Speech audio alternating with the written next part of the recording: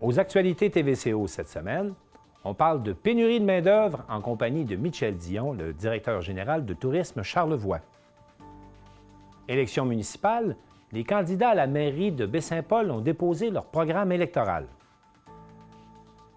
Après 18 mois d'attente, c'est enfin, en novembre prochain, la finale du cabaret festif.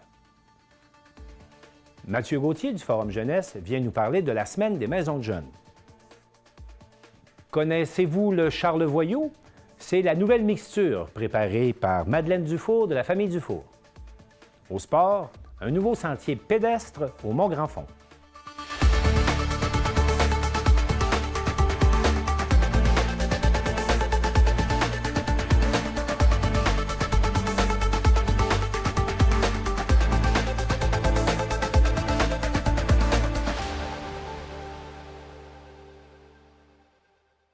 Plus de 700 postes sont à combler dans l'industrie touristique de Charlevoix cet hiver. Et en contexte de pénurie de main-d'œuvre, c'est assez difficile. Et je me suis entretenu là-dessus avec Michel Dion, le directeur général de Tourisme Charlevoix.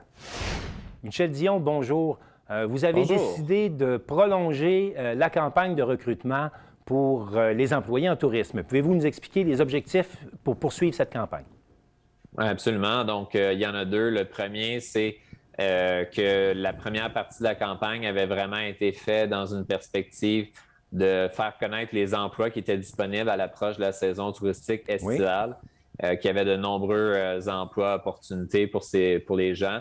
Et là, bien, on sait, on approche de la saison hivernale, qui est comme une deuxième saison, si je peux dire, dans Charlevoix. Oui. Donc, on voulait faire savoir qu'il y a des possibilités, il y a beaucoup d'emplois disponibles en tourisme cet hiver. Puis le deuxième élément, c'est qu'il y a un aspect de la campagne qui est vraiment au niveau de la valorisation des emplois en tourisme. D'accord. Donc, faire savoir ce qu'on fait, ce qu'on est, puis qu'on est dans une industrie qui est positive, que dans le fond, on vend du rêve et tout.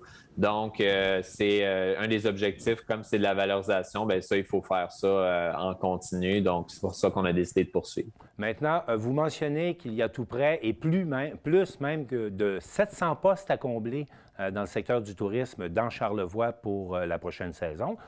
Le problème de la pénurie de main-d'œuvre était là avant la pandémie, s'est accentué pendant la pandémie. On va manquer de gens. Il manque de ressources pour combler tous les postes qui sont disponibles présentement. Pensez-vous vraiment que la solution passe par une autre campagne de recrutement? Est-ce qu'il ne faut pas trouver des solutions un peu plus structurantes pour répondre à cette pénurie de main-d'œuvre? Bien, je pense que vous avez tout à fait raison. Pour nous, la campagne, c'est un maillon de toutes les actions qui doivent être entreprises pour régler ça. Il y a des choses qui peuvent être dans notre cours. Il y a des choses qui ne sont pas dans notre cours. Je peux penser présentement à toutes les barrières qu'il y a notamment au niveau de l'immigration. Je peux penser à tous les enjeux qu'il y a au niveau des aides d'urgence. On sait que ça a causé des problèmes. L'accès à du logement, ça aussi, c'est un enjeu aussi.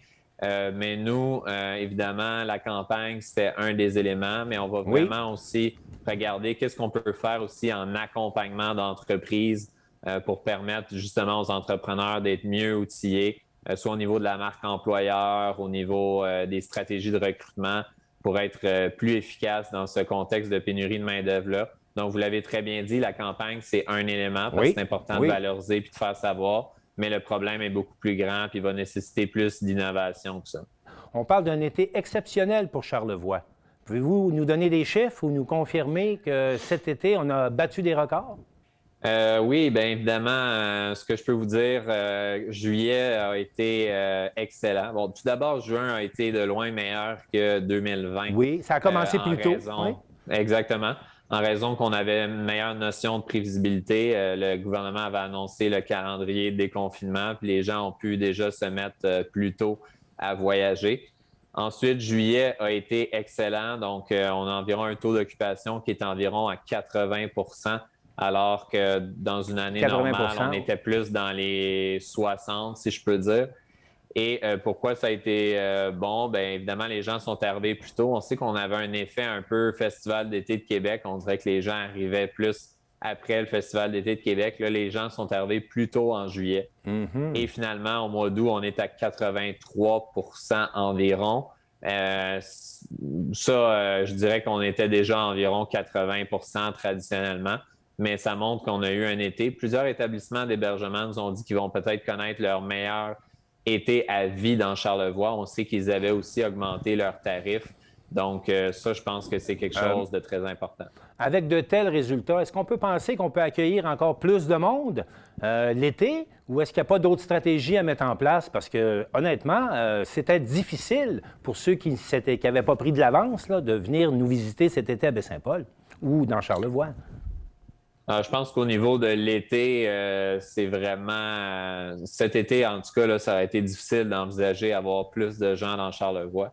C'est sûr qu'il va falloir voir pour les prochaines années. Nous, on pense qu'en 2022, à titre d'exemple, ça se peut qu'il y ait un exode un peu des Québécois qui vont recommencer à voyager à l'international. Probablement, donc, ça, c'est quelque chose qu'on va devoir surveiller.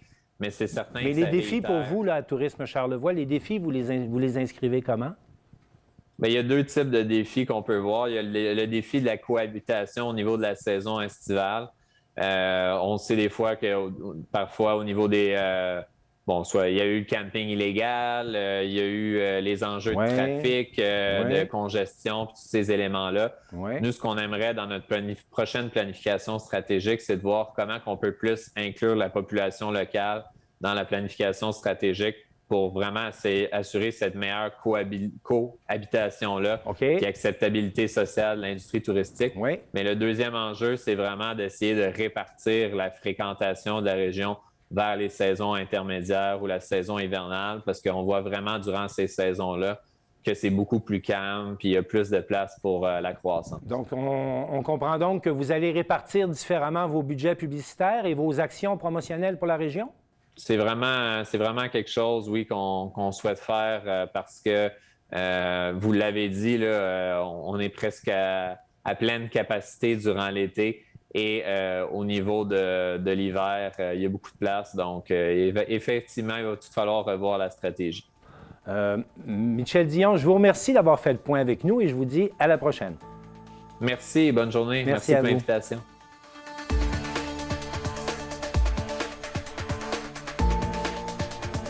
Les élections municipales se tiendront le 7 novembre prochain et je fais le point là-dessus en compagnie de notre journaliste Élisabeth Pailleur.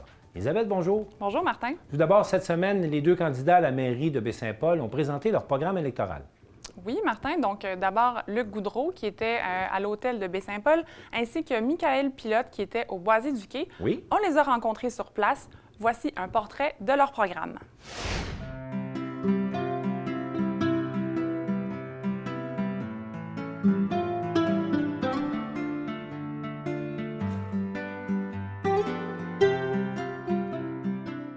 M'appuyant sur les grands axes de l'agenda 21, le social, l'environnement, l'économie, la culture, je souhaite au cours du mandat que je sollicite consolider et bonifier les façons de faire de la ville, tout en assurant un suivi rigoureux de sa gestion et de son administration. Pour moi, Baie-Saint-Paul, son avenir, c'est de développer, c'est progressiste. On veut regarder juste le Boisé du Quai, la plage, le pavillon du Saint-Laurent. C'est une ville qui est dynamique. On veut dynamiser le milieu. C'est quelque chose que moi, je veux contribuer maintenant. Je veux faire ma part à dynamiser le milieu de Baie-Saint-Paul.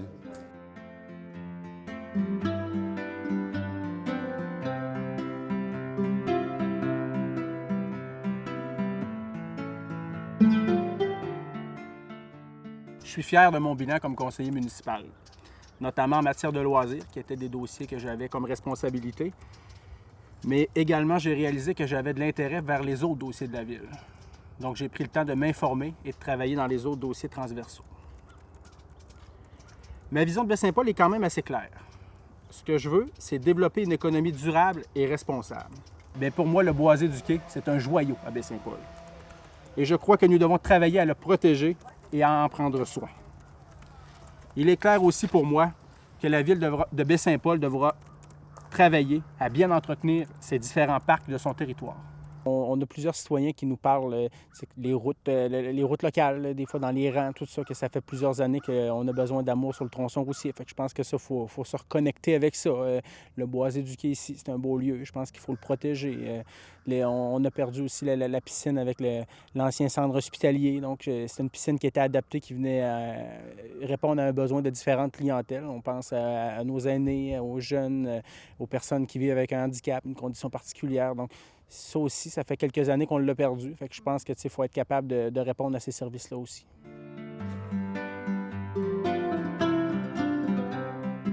C'est le cheminement de non-implication à Baie-Saint-Paul depuis 2008.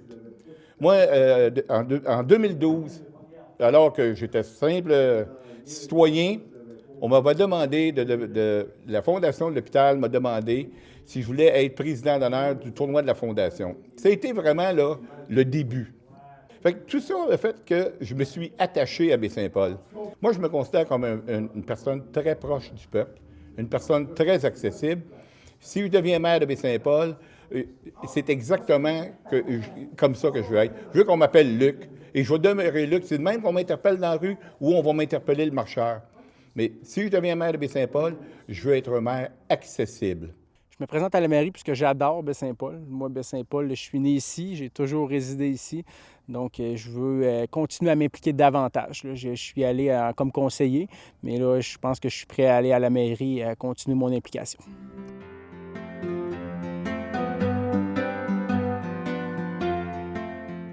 Je suis quelqu'un qui travaille en équipe. Moi, le travail en équipe, c'est quotidien, c'est fondamental pour moi.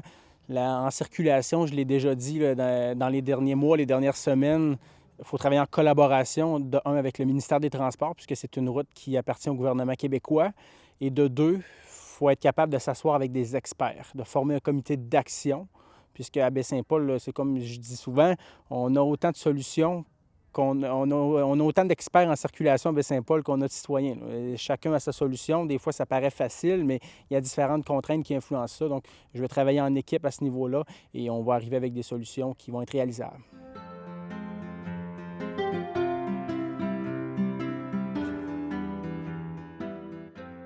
Pour moi, c'est de mettre en place des mécaniques et des responsabilités pour répondre aux besoins des citoyens. Répondre aux problèmes. On a parlé tantôt de la circulation, mais il y en a plein d'autres. Il y a des secteurs de la ville qui ont différents types de problèmes. Il faut être capable d'adresser les problèmes, OK, pour chaque territoire. Parce que ce soit le quartier Sainte-Anne, que ce soit le quartier Filion, ils ont tous leurs propres problèmes et ils ont toutes leurs préoccupations. C'est capable de rassembler toutes ces préoccupations-là et de mettre ça sur une table de concertation pour que les conseillers municipaux, on a tout ce rôle-là à jouer. Puis je pense qu'au fond, là, que ce soit n'importe quel conseiller municipal, incluant le maire ou le futur maire, c'est ma préoccupation quand un citoyen m'appelle et dit « Moi, j'ai un problème de tel type. J'ai un problème avec la ville. » Pour moi, là, c'est mon rôle d'interférer. Il faut aussi prioriser, si vous voulez, la sauvegarde du boisé du quai. Ça, c'est quelque chose qui me préoccupe personnellement tout autant que les résidents.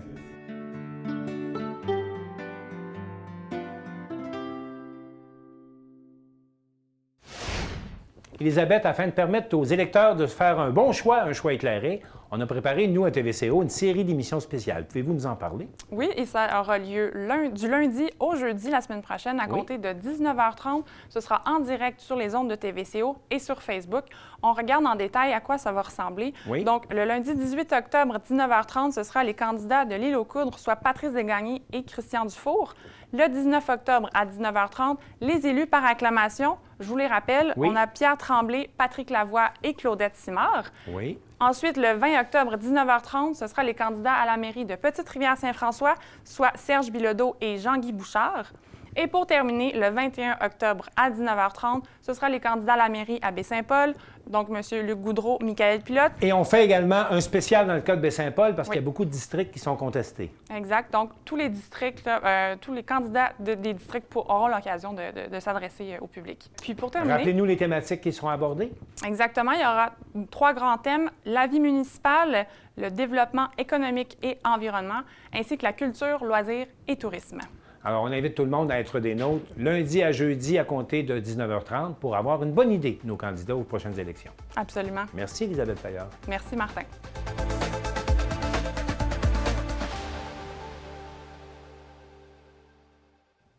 Après 18 mois d'attente, c'est finalement la finale du cabaret festif qui va se dérouler le 20 novembre prochain à Baie-Saint-Paul. Et Elisabeth Paillard a rencontré Anne-Marie Dufour.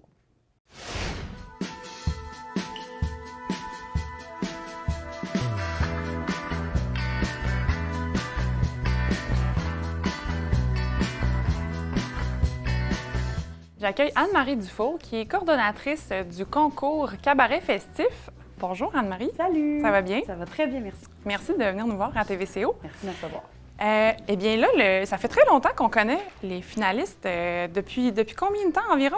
En fait, on avait eu le temps jadis, en 2020, de faire les 3 soirées de qualification, donc de connaître les 3 finalistes, mais on avait tout arrêté mondialement avant la grande finale. Donc depuis le 7 mars 2020, on sait que les 3 artistes vont aller en finale. Okay. Puis maintenant, de faire la finale, ça a été un petit peu compliqué, mais on peut enfin la faire. Fait qu'on est vraiment contents. Et qui sont ces fameux finalistes qui vont participer finalement à ce concours? Oui, donc premièrement, Ariane Roy, une fille de Québec qu'on voit, évidemment, là, depuis 2020, les carrières ont évolué beaucoup. Oui. Ariane est entre autres nommée à la disque, nommée à la disque. Wow. Puis elle a été révélation Radio-Canada aussi, donc c'est un projet qui a vraiment fonctionné lors de la qualification en 2020. Elle va être là.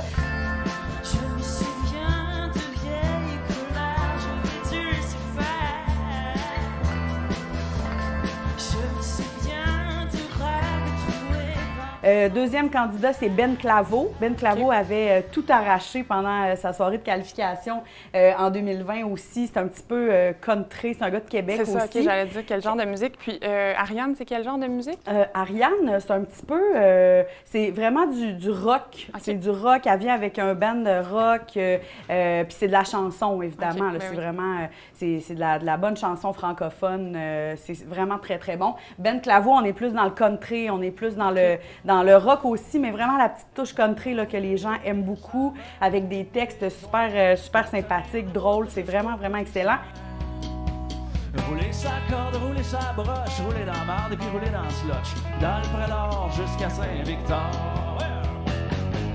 Laisse le bon temps rouler, jour et nuit sur le highway. Et le troisième candidat, c'est Foisy. C'est vraiment un candidat qui est extrêmement... la musique très, très douce, des textes poétiques. Donc, un autre genre. Complètement un autre genre. C'est vraiment le projet le plus doux et le plus, justement, poétique qu'on a eu dans les 10 dernières années, donc dans le concours. Puis ça a vraiment, vraiment, vraiment touché le public quand il a fait sa qualification, justement, en mars 2020. Ils s'en vont où, nos papillons, après les longues migrations. Donc, c'est une soirée qui va être complètement éclectique avec plein de styles différents. Et on va avoir la chance d'avoir une prestation de Émile Bilodeau, qui est notre porte-parole, qui va être là. Donc, il vient toujours faire son tour. Il va être là cette année pour faire une petite prestation. Puis, il va siéger sur le jury aussi cette année. Combien de personnes sont au jury? À peu près, on va être à 5 personnes sur le jury cette année. C'est des gens de l'industrie de la musique québécoise, des diffuseurs, des salles de spectacle, des médias, des artistes, puis Émile Bilodeau, le porte-parole aussi. Et comment ça se passe? Comment ces jurys-là font pour choisir finalement? Je pense qu'il y a plusieurs catégories de prix, si je ne me trompe pas. Oui, en fait, il y a premièrement le Grand Prix du jury, qui est vraiment le jury qui décide le Grand Prix, vraiment le projet gagnant du concours cette année. Ça vient avec une bourse de 7 000 $, entre autres de SiriusXM, notre partenaire présentateur. Puis vraiment, c'est comme un petit package deal, là, donc avec plein de spectacles, des couvertures médiatiques, beaucoup. Il y a le prix du public, donc tout le public va pouvoir voter, évidemment, encore une fois cette année, pour le prix du public qui est présenté par Derry Télécom, qui va offrir 2 000 $ au gagnant de ce prix-là. Puis on a plein de partenaires qui vont être dans la salle et qui vont venir choisir leur coup de cœur parmi les 3 projets. Okay. Donc, par exemple, La Fascine va être là, le Domaine Forget va être là, plein de partenaires médiatiques aussi qui donnent des campagnes de promotion et tout ça partout au Québec. Donc, les 3 artistes courent la chance là, de partir avec littéralement une tournée partout au Québec pour la prochaine année. Fait que c'est toujours très, très apprécié. C'est une bonne chose, finalement, après la pandémie, là, en ayant été un peu encore plus reculé. Là. Exactement. Et ça va avoir lieu à quel endroit? Est-ce que les gens vont pouvoir être là en personne? Oui. Ben, on tenait absolument à ce que ça se fasse en présentiel, là, ce fameux mot. On aurait pu faire la finale en web pendant tous ces mois-là, mais on a vraiment décidé, en accord avec les artistes qui nous ont littéralement demandé d'attendre parce que le public de Charlevoix est tellement fidèle, puis sont tellement affamés de découvertes. Là, ils viennent, puis ils sont super attentifs. Donc, oui, les gens vont pouvoir venir à la salle multi du Germain Baie-Saint-Paul. Donc, les billets sont déjà en vente sur lefestif.ca. Puis, c'est ça, c'est dès 20h, donc ça va vraiment être un beau spectacle. Je pense que les gens ont hâte de revenir voir des spectacles vivants, là, ça fait du bien. Absolument. Puis c'est le 20 novembre prochain. Exactement. Est-ce qu'il y a un maximum de gens qui vont pouvoir assister à ce concours? Oui. Évidemment qu'on est avec les mesures sanitaires, les capacités, ça a été très complexe aussi, puis on a été en collaboration avec le Germain pour faire un plan de salle qui est maximal, donc avec la distanciation et tout ça.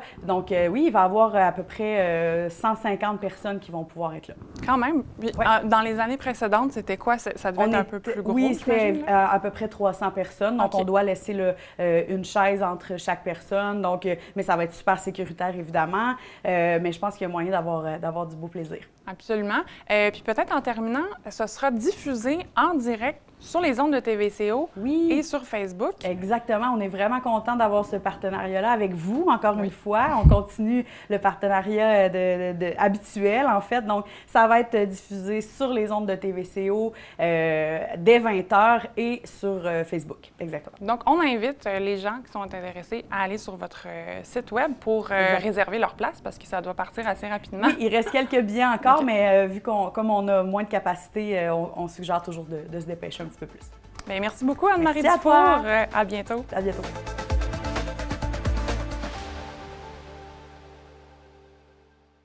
C'est la semaine des Maisons de jeunes et Mathieu Gauthier du Forum jeunesse de Baie-Saint-Paul nous en parle.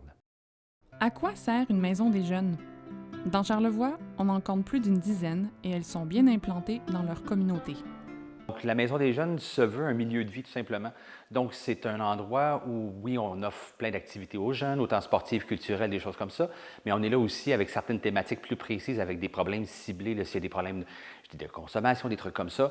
Donc, c'est vraiment, les animateurs intervenants sont formés pour intervenir là, avec eux autres. Là. Les activités sont très variées et vont souvent se modifier selon le besoin des jeunes. Donc, il y a des activités dites un petit peu plus libres qui demandent moins d'encadrement, donc c'est toujours selon la volonté des jeunes. Puis, il y a des activités thématiques aussi, donc on atteint différents sujets, que ce soit, bon, justement, les consommations de drogue, les relations interpersonnelles, des fois des problèmes au niveau des finances familiales, des choses comme ça. Donc, c'est vraiment d'aller chercher les outils qui sont à notre disposition, d'outiller le jeune le plus efficacement possible pour que quand il ressort d'ici, finalement, il y a un petit peu de bagage quand même pour passer tout simplement au travers. Grâce au financement gouvernemental et à certains partenaires, l'organisme arrive tout de même à remplir sa mission. Il doit promouvoir les bienfaits du travail auprès de la jeunesse afin d'obtenir une certaine reconnaissance. C'est d'être le plus visible possible, de montrer ce que ça apporte de bien à un jeune concrètement dans sa vie. Puis, avec les bons coups, justement, qu'on peut démontrer via les différentes plateformes. Maintenant, on est beaucoup présent sur Facebook, il y a les Instagram aussi, ces choses-là. Donc, c'est vraiment de démontrer qu'on a peut-être fait, peut-être pas toute la différence, mais à tout le moins, on a apporté un peu d'eau au moulin dans le sens où on a aidé certains jeunes. Donc, c'est vraiment de sortir de la Maison des jeunes, de montrer cette vitalité-là qui est présente ici. Puis ces jeunes-là, finalement, deviennent nos meilleurs ambassadeurs. Là. La Maison des jeunes, c'est pas rare de voir un ancien jeune. Moi, c'est sûr que je vous dis, je ne suis pas ici depuis 20 ans, mais il y en a des intervenants animateurs ici qui sont ici depuis un certain nombre d'années, qui revoient des jeunes, justement, qui peut-être, dans leur période d'adolescence, ont peut-être eu des difficultés, puis qui ont été appuyés, justement, oui, par la Maison des jeunes, oui, par un intervenant, mais aussi qui ont été peut-être redirigés vers des services, finalement, qui leur convenaient bien, puis qui, aujourd'hui, maintenant, amènent une vie là, active, un citoyen actif, finalement, qui prend des décisions pour lui. Là. Certains préjugés peuvent nuire à l'image des maisons des jeunes. C'est pourquoi il est important de faire de la sensibilisation encore aujourd'hui. avec un regroupement des maisons des jeunes du Québec aussi. Donc, on a une unité là-dedans aussi, puis on a une vision de comment intervenir avec la jeunesse. Donc, les jeunes qui se présentent ici, c'est pas... faut démystifier finalement les différents préjugés, comme tu disais. C'est pas... il n'y a pas de consommation, il y a, au niveau de la drogue, ces choses-là, c'est pas ça non plus. Donc, c'est vraiment, ça se veut un lieu qui soit neutre avec eux. Donc, l'intervenant animateur veut créer un lien significatif avec le jeune. Puis, à ce moment-là, finalement, ça l'ouvre une belle porte, dans le sens où le jeune, finalement, est plus peut-être... c'est plus facile pour lui d'approcher l'intervenant pour différentes problématiques à ce moment-là. Puis souvent, les activités ou les interventions vont être déterminées selon la clientèle qu'on a aussi là, en maison de jeunes. L'emploi d'animateurs intervenants a évolué dans les dernières années. En plus des formations, du salaire concurrentiel, il est possible de travailler dans plus d'une municipalité. Élisabeth Pailleur pour TVCO. La famille Dufour a présenté cette semaine son petit nouveau, le Charlevoyou Gin de Petit Lait. Et pour nous en parler, on a été rencontrer Madeleine Dufour. Je suis présentement sur le domaine de la famille Dufour pour rencontrer Madeleine qui va nous présenter un nouveau produit Charlevoyou, le gin.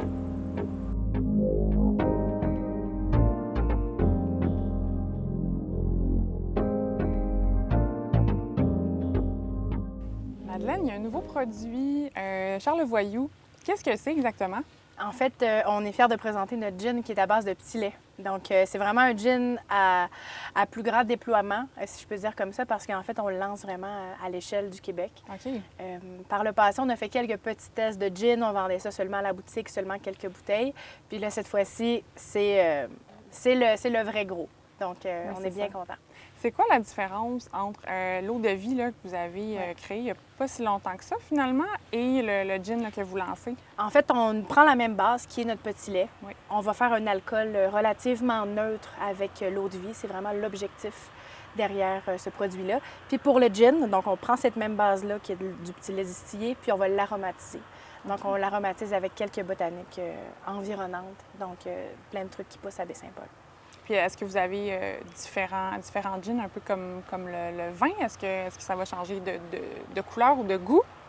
En fait, pour ce produit-là, on vise pas mal un produit qui va être relativement toujours le même. Okay. C'est très possible que dans le futur, on en lance des différents. On veut jouer entre autres avec les vieillissements, faire ce genre de manipulation-là. Fait que c'est bien certain que ça ne sera pas le dernier produit de la gamme Charlevoyeux. J'imagine. Puis pourquoi se lancer dans le gin? Le gin, en fait, ça se trouve à être le meilleur ami de la production de la vodka. Parce que, je dis la vodka, c'est plus l'eau de vie. Là. Dans notre cas, on l'appelle vodka ou eau de vie parce que c'est la même technique. Là. Mais donc, physiquement, là, quand on va faire une distillation, la petite partie la plus noble, donc à l'intérieur du cœur qu'on appelle de distillation, ça va être ça l'eau de vie. Et puis, dans la même distillation, on va générer un alcool qui va être un petit peu plus personnalisé, disons-le comme ça, avec un petit peu plus d'aromates déjà naturels. Et donc, ce produit-là, bien, on le trouve super intéressant une fois aromatisé. Ce qui veut dire qu'ils peuvent cohabiter dans la même production, une eau de vie et un gin. Okay. En fait, ça cohabite de manière très, très naturelle. C'est ça. Ouais. Puis, à l'intérieur du bâtiment, là, vous avez 3 grosses cuves. Là, c'est pas le bon terme. C'est quoi le nom de ces... C'est ça. Bien, en fait, c'est nos alambics. Okay, donc, les alambics, c'est les appareils qui nous permettent justement d'atteindre l'alcool. On l'appelle l'alcool neutre. Dans notre cas, il n'est pas parfaitement neutre, mais c'est ça. Donc, c'est vraiment un objet qui est un peu comme un chaudron de cuisson. Donc, on va faire bouillir le liquide à l'intérieur. Cette évaporation-là, en fait, on va venir la refroidir à l'aide d'un gros contraste de froid. Et puis, c'est ça qui va tomber en alcool après. Fait qu'on transforme de la vapeur en alcool. Okay. C'est le principe de la distillation, puis les alambics nous aident à faire ça. OK. Donc, tout ce qu'on voit, dans le fond, descendre dans les petits tuyaux et qui se rendent dans les gros contenants, là, ça, c'est l'alcool. L'alcool. Le nectar qu'on récolte. Exactement. Madeleine, les gens qui goûtent à ce gin-là, qu'est-ce qui ressort finalement comme commentaire? En fait, la majorité du temps, les gens vont être agréablement surpris parce que ça peut paraître fancy au départ, alors que ce gin-là est très facile d'approche. On a vraiment fait une recette qui était plutôt un canevas plutôt facile d'approche, plutôt grand public, ce qui veut dire qu'on a quelques botaniques, on n'est pas allé dans des parfums trop extravagants. Ça ressemble à des trucs qu'on va reconnaître, entre autres avec le genévrier un peu plus classique, avec un petit peu de sapin, un petit peu de carvi, fait qu'il va avoir ce petit côté-là légèrement anisé. Donc tout ça, c'est bien sympathique. Puis nous, en fait, on voulait faire un produit que nos cousins allaient pouvoir mettre sur la table quand ils vont aller à la chasse. Là. Absolument. Tout est vraiment très, très, très artisanal. Et puis, on est fiers de ça. Peut-être qu'un jour, ça sera des tailles un peu différentes, mais pour l'instant, chaque petite collerette est posée à la main et tout ce que vous voyez sur la bouteille, c'est ça ici qui l'a posé.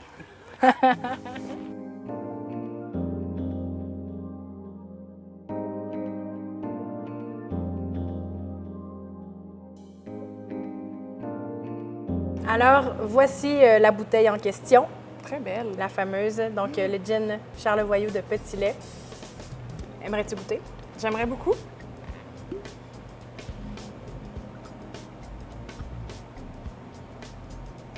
Donc ça, c'est à 40 évidemment. Hein? Donc, Quand même vraiment moins fort que l'eau de vie. L'eau de vie, c'était combien de pourcentage? non, c'est 40 aussi. C'est la même chose? Ouais, oui, exactement. Ouais.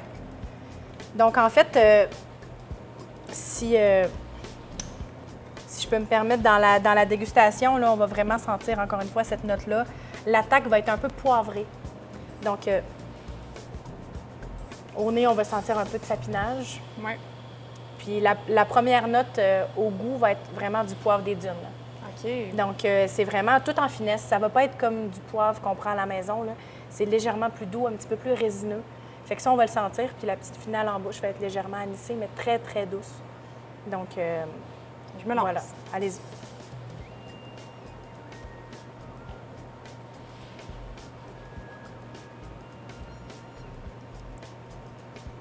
Wow.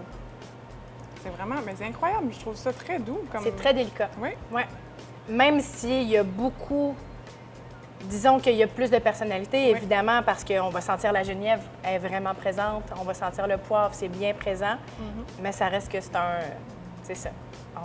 On aime beaucoup faire des choses aussi qui sont faciles d'approche. Parce que si ça brûle, finalement, on n'a pas toujours envie de prendre une deuxième gorgée. Exactement. Ouais.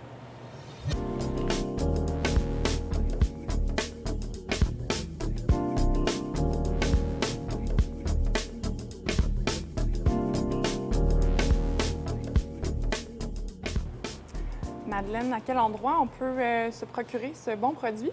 Alors, dès aujourd'hui, le gin de Petit Lait est disponible en SAQ, très bientôt sur SAQ.com aussi. Donc, s'il y en a qui sont dans des coins un petit peu plus éloignés, SAQ.com, ça peut être une très belle alternative. Sinon, la SAQ à la Malbaie, la SAQ à Baie-Saint-Paul ont plein de belles bouteilles. Allez voir vos conseillers, ils vont pouvoir vous en parler aussi. Donc, l'illustration, elle a été faite par Pierre Bouchard, qui est un artiste qui habite à Baie-Saint-Paul. Et puis, pour qui j'ai une grande affection. Oui. Ensuite de ça, on a travaillé avec l'équipe de design de chez Lico Impression et Emballage pour fignoler plein de beaux détails. Et puis, on a fait la production de l'étiquette là-bas aussi. On a travaillé un petit peu aussi avec finalement tous les fournisseurs qui nous aident de près ou de loin, qui sont dans notre quotidien. Donc, derrière cette bouteille-là, il y a bien des gens de Charlevoix qu'on remercie évidemment. Puis, c'est ça, il y a bien du plaisir aussi derrière de ce cheminement-là. On invite les gens, en tout cas, à découvrir ce beau produit. Merci, Sandé. Merci. C'est maintenant le moment de parler de sport en compagnie de Maxime Jodoin. Maxime, bonjour. Bonjour, Martin. Maxime, on apprend que le Mont-Grand-Fond va inaugurer un nouveau sentier pédestre. Oui, alors journée qui va être organisée donc le 16 octobre. Donc, au moment où on enregistre, ça sera bientôt, dans les prochaines heures. Ça sera moins blanc que l'image que l'on a aujourd'hui. Oui, ça va être moins blanc que ce qu'on a, puis un peu plus chaud, je dirais, là, par rapport à cette image-là aussi. Donc, oui, ça va être une journée spéciale organisée. Et l'avantage, c'est que également, les gens vont pouvoir se procurer des billets en pré-vente pour la prochaine saison de ski. Bon. Donc, c'est un peu du 2 dans 1 qu'on fait, qu'on offre. Alors là, on vous met l'eau à la bouche. Oui, là, c'est un avant-goût de ce qu'on va avoir. Un avant-goût de cet hiver, oui. Et voilà. Donc, la journée qui va se tenir sous le thème qu'on appelle Grand Fond en couleur. Ça, honnêtement, pour l'automne, mais je trouve que ça fitait parfait. C'était correct. Ben oui. On a visé dans le mille. Donc, évidemment, on va inaugurer le sentier qui va s'appeler la promenade et ce sera de niveau facile pour ceux qui se posent la question. Là. Quelle Il n'y a pas longueur? d'extrême là-dedans. Donc, une courte randonnée de 4 km qui va se faire, donc qui va mener les gens ce qu'on appelle au refuge chez Jules, donc dans lequel les gens vont pouvoir, de un, prendre une pause pour savourer un lunch, si on veut, et aussi profiter du paysage, parce qu'on sait que les paysages vont être formidables. Et l'avantage, Martin, c'est que c'est gratuit, ça ne coûte rien. Puis 4 km, on peut le faire en famille. Oui, exactement. Et aussi, ce qui va être intéressant, c'est que avec l'aide d'un GPS et d'une boussole, là, on rentre un peu dans une activité plus ludique un peu. Plus ludique un peu. Donc, les familles qui vont pouvoir également découvrir les secrets de la forêt boréale et la survie en pleine nature. Alors, c'est intriguant quand même. Juste dit comme ça, là, c'est intriguant. Là. Alors ça, c'est le 16 octobre. Le 16 octobre, on va pouvoir faire ça. Donc là, pour plus d'informations, on invite les gens à visiter le site du Mont-Grand-Fond. Et salutations à l'équipe de GAEP également qui seront présents pour cette journée spéciale-là. Et pour ceux là, qui ne seront pas là le 16, bien, le sentier va être ouvert. Oui, donc, absolument. On peut également profiter du sentier. Il ne disparaîtra pas. Deuxième nouvelle, là, Sébastien Bouchard remonte sur le ring. Oui, alors Sébastien Bouchard... Notre orgueil. Notre boxeur de Baie-Saint-Paul qui se prépare à affronter M. Sergio Checo Ortega. Alors, ça va se faire le 22 octobre à Montréal, à l'Olympia, qu'on appelle, pour ceux qui connaissent la ville de Montréal. Et là, pour Sébastien, on parle de deuxième combat cette année, puisque lui, il avait subi une blessure en 2019. Donc, avec tout ce qui est arrivé, blessure, pandémie, donc deuxième combat pour Sébastien Bouchard. Est-ce qu'il y a une ceinture en jeu pour le combat? Il y a évidemment, oui, une ceinture en jeu. Donc, ça, c'est pour la conquête du WBC, ce qu'on appelle World Boxing Council, donc la Fédération de boxe anglaise. Et voilà, donc c'est un combat qui va se passer sur 8 rondes. Et Sébastien, on regarde sa fiche, là, 19 victoires, seulement 2 défaites et 8 KO. Alors, si on se demande... C'est un cogneur. C'est un cogneur, ce gars-là. Là. Oui. Bon, parlant de cogneur, un groupe qui cogne pas trop fort en ce début de saison, c'est le Canadien de Montréal. Oui, là, la saison est officiellement commencée depuis 2 rencontres. Par contre, oui, une fiche de 0-2 pour commencer la saison. Contre Toronto, ça avait été une défaite de 2-1. C'était pas si pire. On n'était pas loin du pointage, des petites améliorations à faire. Mais là, par contre, contre les Sabres, 5-1, ça a été un match atroce. Beaucoup d'erreurs de base.